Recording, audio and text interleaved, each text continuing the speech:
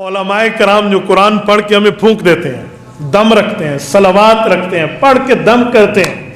کچھ لوگوں کو اس پر بھی اعتراض ہوتا ہے کہ یار یہ آپ پڑھ کے پھونکتے ہو, اس کا کیا مطلب؟ ایک شخص تھوڑا لبرل مائنڈ کا تھا, وہ کہنے لگا مولانا قرآن پڑھنے کے لیے آیا ہے کہ عمل کریں, پڑھ کے دم کرنے کے لیے تو نہیں آیا, پڑھ کے پھونکنے کے لیے تو نہیں آیا. آپ پڑھ کے پھونک دیتے ہیں بھی دم ٹھیک ہو جائے گی, آپ کا جو ہے نا کیا کہتے ہیں تکلیف ٹھیک ہو جائے گی, کیوں؟ میں نے پوچھا بھائی جان ایک بات کہوں, تو کہتا ہے قرآن کے لفظوں میں طاقت نہیں ہے, صرف پڑھنے کے لیے ہے. اگر میں یہاں بیٹھے آپ کے والد کو کہوں کہ وہ کتا ہے اور تو کتے کا بچہ ہے, صرف یہ لفظ بولو, بتا تجھے غصہ آئے گا؟ وہ میرے لفظ سنتے پیلا ہو جاتا ہے. میں نے کہا میرے لفظوں میں طاقت ہے, میں صرف ادھر سے بولوں, تیرے ابا کو ٹچ بھی نہ کروں, صرف اتنا کہوں کہ son of the dog ہے تو یہ میرا جملہ تجھ سے ہضم نہیں ہوتا, تو لال پیلا ہو جاتا ہے. قرآن میں لفظ تو اللہ کے ہیں, اس میں اثر کیوں نہیں ہے؟ میرے لفظوں میں اثر ہے. میں تعریف کروں تو کھل جائے, میں تنقید کروں تیرے منہ پہ 12 بج جائیں. اور دنیا میں انسان کی زبان میں لفظ ہے, خدا تو انسان کا خالق ہے, اس کے کلام میں کوئی اثر نہیں ہے, اس کے کلام میں کوئی معاملہ نہیں ہے, ایسا کچھ بھی نہیں ہے.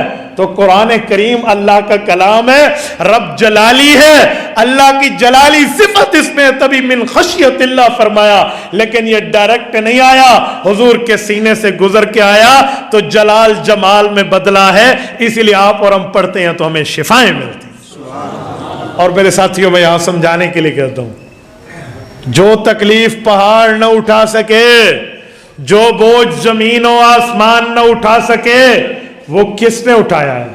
بولیے نا, حضور پاک کے سینے مبارک نے اٹھایا ہے. پیغمبر کے سینے اقدس میں کوئی تکلیف نہیں ہوئی, کچھ نہیں ہوا, کوئی اثر نہیں ہوا. آپ نے نہیں سنا کہ حضور سواری پہ ہوتے, وحی اترتی تو سواری بیٹھ جاتی. حضور پاک علیہ الصلوۃ والسلام کے گھٹنا مبارک, حضرت علی المرتضیٰ فرماتے ہیں میرے گھٹنے کے ساتھ ٹچ ہے, وہی اتری تو مجھے یوں لگا کہ علی تیرے گھٹنے کی ہڈیاں تو چور چور ہو جائیں گے, کوئی اثر نہیں ہے. حضرت اماں جان رضی اللہ عنہا فرماتی ہیں, اماں عائشہ رضی اللہ عنہا فرمائے جب رسول اللہ پر وحی کے آثار نمودار ہوتے تو سخت سردی میں بھی پیغمبر کے ماتھے اقدس پر پسینے کے آثار آ جاتے. میں نے ایک حدیث بیان کی تو مجھے ایک شخص نے کہا کہ عرب میں تو گرمی ہے, آپ کیسے کہتے ہیں وہاں کی سردی میں پسینہ آ جاتا؟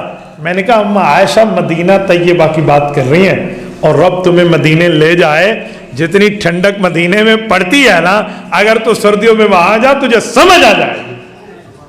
یقین مانے میں کچھ دنوں پہلے آیا ہوں, مکہ مکرمہ میں تو ہم ایسی چلا کے بیٹھے ہوتے تھے, مدینہ طیبہ کے دسمبر اور جنوری میں بندہ کوٹ کے بغیر صبح اور عشاء کی نماز پڑھے مشکل ہو جاتا ہے.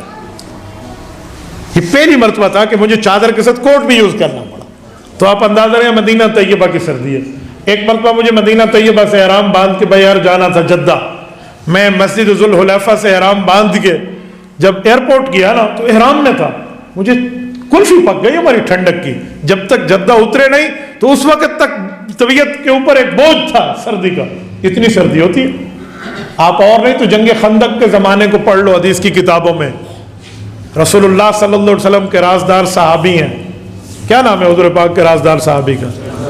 جزاک اللہ. حضرت حذیفہ بن یمان رضی اللہ تعالی عنہما, ان کے والد بھی صحابی ہیں. حضرت حذیفہ بن یمان کو جو جنت کی بشارت ملی تھی وہ اسی سردی میں ملی تھی.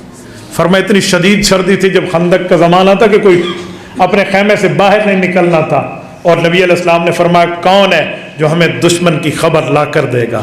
3 بار سوال کیا اور 3 بار کہتے میں نے ہاں کی. تو نبی پاک نے مجھے بھیجا اور مجھے فرمایا کہ کسی غافل پہ ہاتھ نہ اٹھانا, کسی بچے پہ ہاتھ نہ اٹھانا, کسی عورت پہ ہاتھ نہ اٹھانا, کسی بوڑھے پہ ہاتھ نہ اٹھانا. رسول اللہ صلی اللہ علیہ وسلم نے کہہ کر بھیجا. کہتے جب میں وہاں گیا, اللہ اکبر, خبر لانے کے لیے میں نے سب کچھ ان کی بات سن لی, لیکن جو کفار کا سردار تھا اس زمانے میں ابو سفیان, کہتے بالکل میرے سامنے آ گئے, اور میں اپنی تلوار نکال کے اس کی گردن یوں 2 سیکنڈ میں تن سے جدا کر سکتا تھا. اور جی میں آیا کہ مسلمانوں کو دشمن یوں تلوار پہ ہاتھ ڈالا تو حضور پاک علیہ الصلوۃ والسلام کی وہ نصیحت میرے دماغ میں کلک کر رہی تھی, حذیفہ اطاعت امیر کہاں گئی؟